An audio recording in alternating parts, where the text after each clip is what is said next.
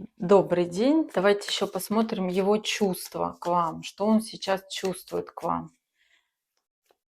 Говорит он об этом или не говорит, но в чувствах что-то есть. В чувствах есть какая-то внутренняя борьба, какое-то внутреннее сопротивление. У него почему-то сейчас есть желание показать вам, какой он красавчик. Это вот основа его чувств. Посмотри, какой я красавчик. Вот желание бороться, желание доказывать, желание как-то вот прям пробить вас. Но, скорее всего, им движет сексуальная страсть. Вот такая, знаете, сильная сексуальная страсть, какая-то сильная зависимость к вам такая аж. Но он не хочет этого показывать и такой весь: я тебя готов побеждать. Посмотри, какой я классный, посмотри, какой я красавец. Ну и, конечно, он рассчитывает, что у него есть шанс на то, чтобы с вами продолжать отношения или начать отношения.